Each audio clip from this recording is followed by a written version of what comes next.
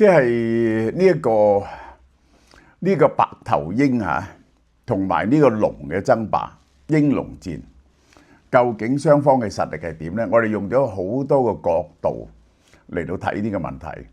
但係你今日《華爾街日報》有一個戰略專家，佢嗰篇文章呢係令我覺得好有洞察力嘅，所以我想呢度介紹俾大家睇，然後我再評論一下。呢個就係 Command of Commerce， 美國封鎖中國嘅真實能力究竟有幾多？呢個就係《華爾街日報》嘅質問：中國究竟係巨人啦，還是一條紙龍呢？愛嚟嚇人嘅呢？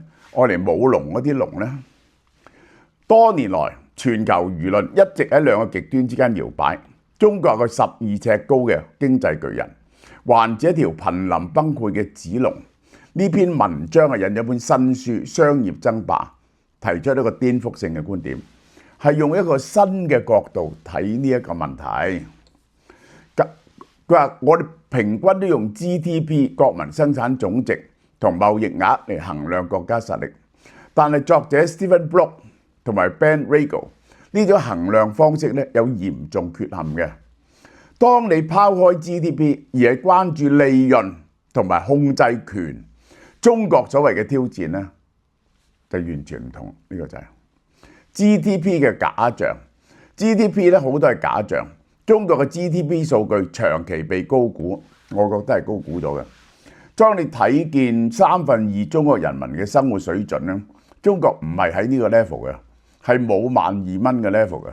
中國應該喺7-8千蚊嗰個美金嘅 GDP 嘅 level。原因係體制內嘅政治誘因，特登做假數。地方官員為咗晉升，必須交出漂亮嘅經濟成績單，夾埋做假數。呢個導致咗數據操弄，以及為咗推高數字而進行嘅無效投資。即係咧，我舉個例咧，有網友即係話俾佢聽，屋企嘅門口咧掘完又鋪，鋪完又掘，咁咧就揾啲嘢嚟做，咁咧就推高 GDP。咁咧對於提高生活水準咧係毫無好處嘅。好多建設都唔係基於市場需求，又為咗創造 GDP 嘅數字而做嘅。GDP 嘅假象，呢個書入邊引咗個客觀標準。嗱，呢個我睇過噶啦，用人造衛星睇落嚟，夜晚有幾多燈光數據嚟到估你嘅經濟數量，顯示經濟官方數據高速增長，夜間燈光嘅增長幅度遠低於官方報告，顯示實際經濟活動係被誇大咗。作者推算可能誇大咗1/3。12000蚊其實係8000蚊，8000蚊差唔多。中國嘅經濟 level 係喺8000蚊美金 GDP 差唔多。點解利潤緊要過 GDP 呢？ GDP 咧只係反映個產品喺邊度做啫，係一個數量指標。利潤反映嘅就唔同啦，邊度賺啲錢，邊個係擁有不可替代嘅技術，即係成件嘢做出嚟，大家點分？邊個重要就分多啲錢，邊個擁有定價權，邊個擁有將競爭對手踢出市場嘅能力，利潤就係權力。呢句真係精警。你點解分到錢呢？點解你可以霸咁多錢呢？因為你掌握咗權力。你因為權力啊，你就可以霸多啲利潤啊嘛。如果唔係人哋做咗你啦，啱唔啱啊？呢個就係呢個咧，經濟學上冇一個利潤嘅經濟學嘅講法嘅。經濟學係唔明白利潤嘅嚇，呢個就係。如果我哋全球2000大企業嘅高科技產業，美國企業佔咗55%，中國企業佔咗6%，呢個9倍嘅差距。喺2000大企業呢個喺高科技界，大家分到幾多餅呢？美國係多過中國9倍嘅。案例 iPhone 由一部手機睇下中國製造係有幾勁，呢個就係設計。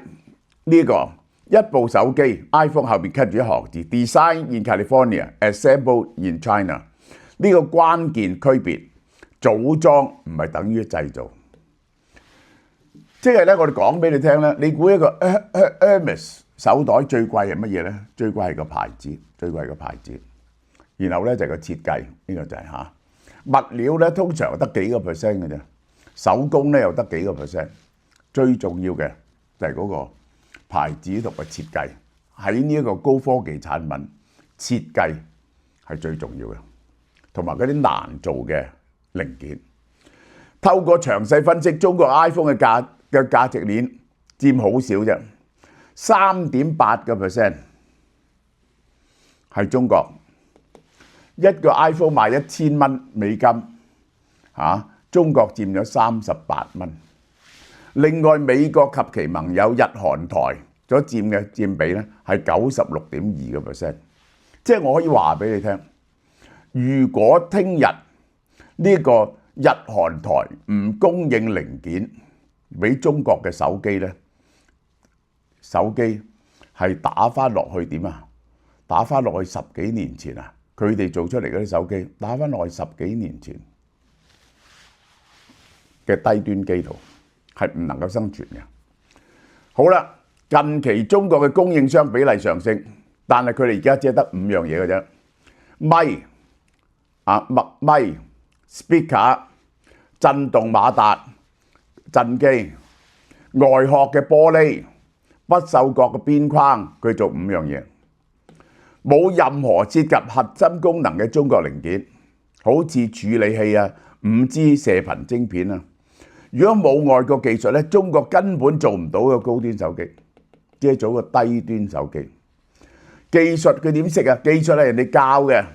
金融時報調查，中國當前擁有嘅技術能力咧，唔係中國自身嘅科技領導力，係蘋果派工程師去工廠度捉住教出嚟嘅，即係等於冇呢一個 Tesla 咧，佢嘅電動車根本做唔起嘅，係 Tesla 捉住嗰啲零件商做啲零件出嚟，然後咧佢哋就用 Tesla 嘅零件咧就自己組裝架車出嚟。殘酷嘅現實，當美國師傅決定轉移陣地，譬如去印度，呢啲技術優勢就會消失，你慢慢你就唔識做，你慢慢就唔識做。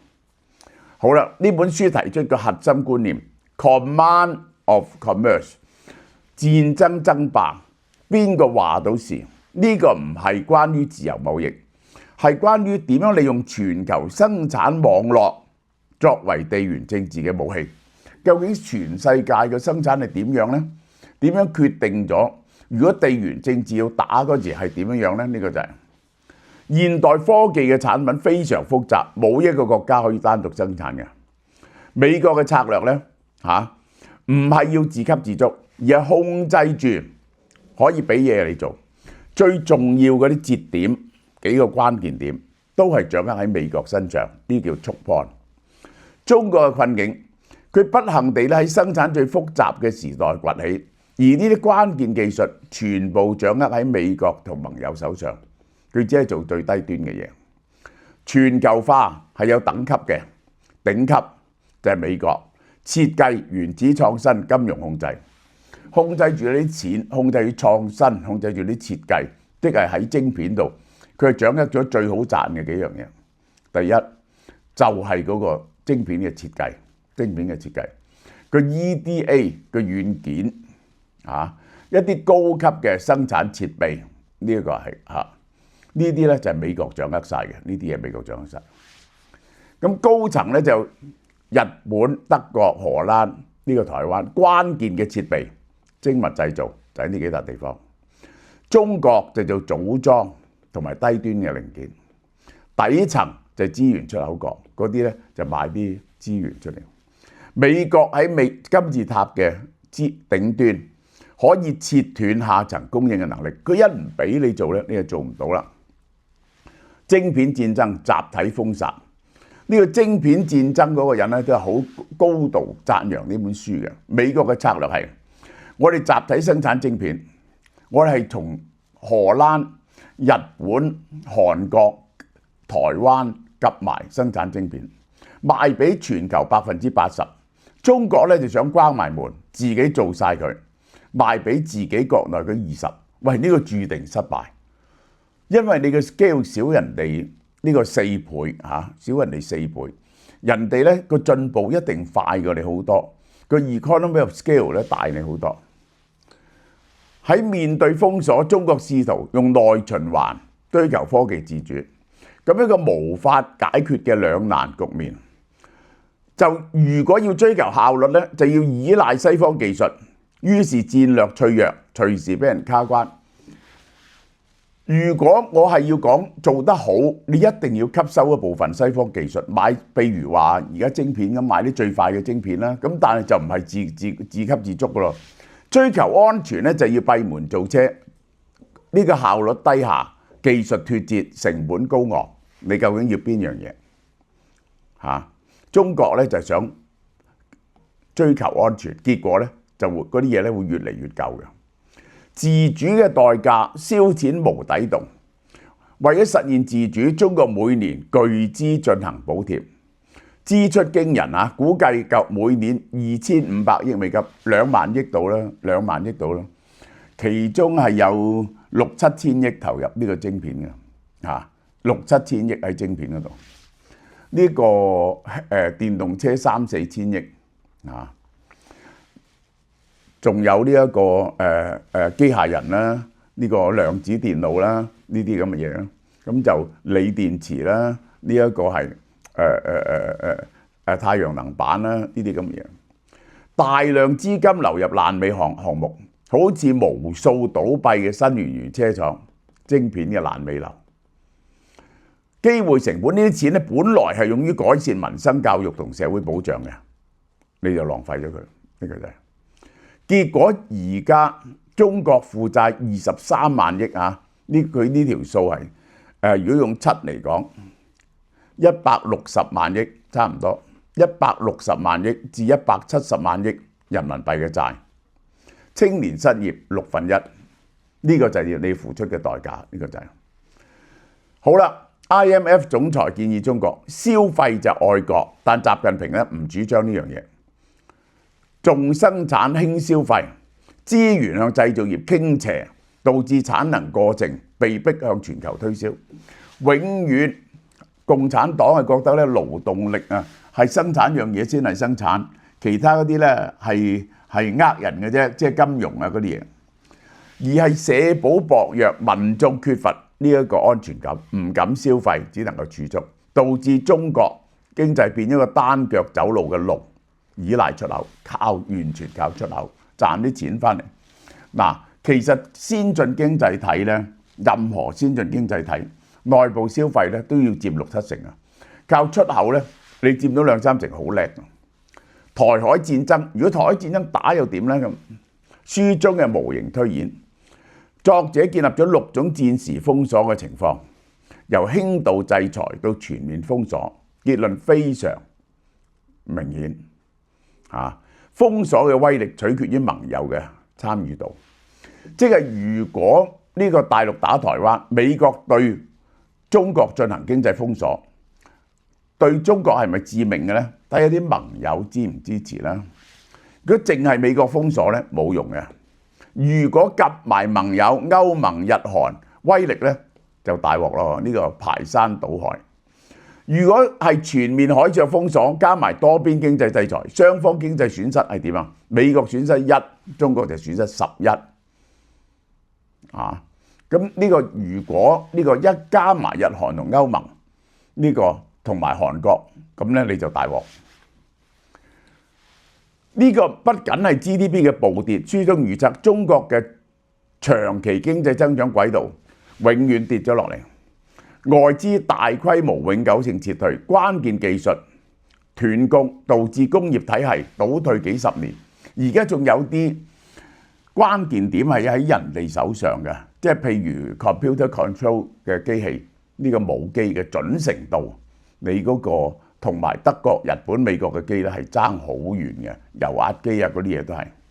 你一冇咗呢啲嘢咧，就成個後退。呢個唔係經濟衰退，係崩潰。呢個就係。攻台灣能唔能夠攞到台積電啊？好多人以為佔領台灣就可以攞到台積電嘅先進製程，係錯嘅。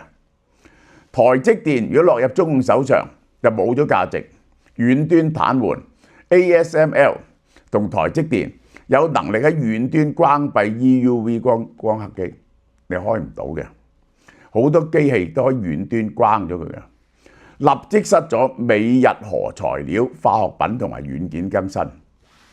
軟件冇得更新，啲機器要軟件更新。好多原材料、光刻膠啊，嗰啲設備咧係全世界嚟嘅。人才流失，啲工程師會走 Q 咗去喎，呢個就係。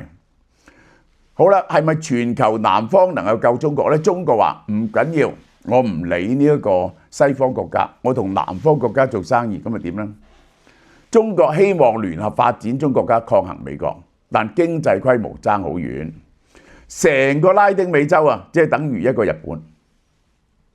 美國盟友比起非洲，美日韓歐盟嘅市場消費力係非洲國家總和嘅幾十倍。全球南方冇辦法提供急需嘅高科技，所有發展中國家嘅高科技嘅利潤總和所有夾埋，即係佔世界9%。佢哋提供嘅資源、礦產、石油，唔係晶片、軟件或者精密設備。中國係冇辦法由非洲拉美獲得半導體設備嚟取代 ASML。我剛啱今日睇見有條片，有條友話中國做商務部長呢個玻璃樽出嚟，話中國做到光刻膠已經用緊。佢就咁講，佢都唔知光刻膠啊，係度用途都唔同嘅，嗰個配方係唔係咁樣嘅一件事，唔係話做到光刻膠嘅。呢個我話俾你聽。總結同反思，美國嘅強大唔係在於佢生產咗乜嘢，係佢控制咗乜嘢。佢控制全世界金融結算系統 SWIFT， 控制咗核心技術嘅專利 IP， 控制咗全球最強大嘅軍事同商業聯盟。必要時，好似而家佢仲可以打鳩你喎，呢個就係中國嘅真實處境。中國係一個偏科嘅巨人，喺基礎製造業上無人能敵。佢喺最 basic 嘅 manufacturing 係無人能敵，但係喺決定未來嘅嘢，高科技、金融標準制定咧係被動嘅。內部經濟嚴重失衡，極度依賴外部輸血。呢個就係翻去最初嘅問題，書中嘅結論：中國係一個表面強大、入邊脆弱嘅競爭者。佢擁有龐大嘅身軀，但冇骨嘅呢個核心利潤同技術。呢個就係如果發生衝突咧，中國有核彈級嘅經濟武器。對於呢啲不對稱嘅優勢咧，就係維持台海和平嘅關鍵增攝力。只要中國領導層明白經濟封鎖嘅毀滅性後果11倍嘅痛苦，發動戰爭前必定三思。即係我話俾你聽，中國如果真係要逼呢個台灣投降咧，只有國民黨執政。如果要強攻台灣，而係日本覺得台灣有事就日本有事，而日本一定牽涉美國過嚟咧，喺未來嗰20年咧都做唔到。一個堡壘咧，只能夠由入邊攻破。台灣嘅危機唔係在大陸嘅導彈，係在國民黨。好啦，真正嘅力量唔係 GDP 數字，係邊個控制咗全球商業嘅關鍵節點。我係傾向相信，我同意呢篇嘢嘅。係好客觀地睇咧，即係中國能夠控制到而家要挾緊人哋嘅嘢咧，就係稀土一樣。冇咗中國乜嘢人哋係唔掂嘅咧？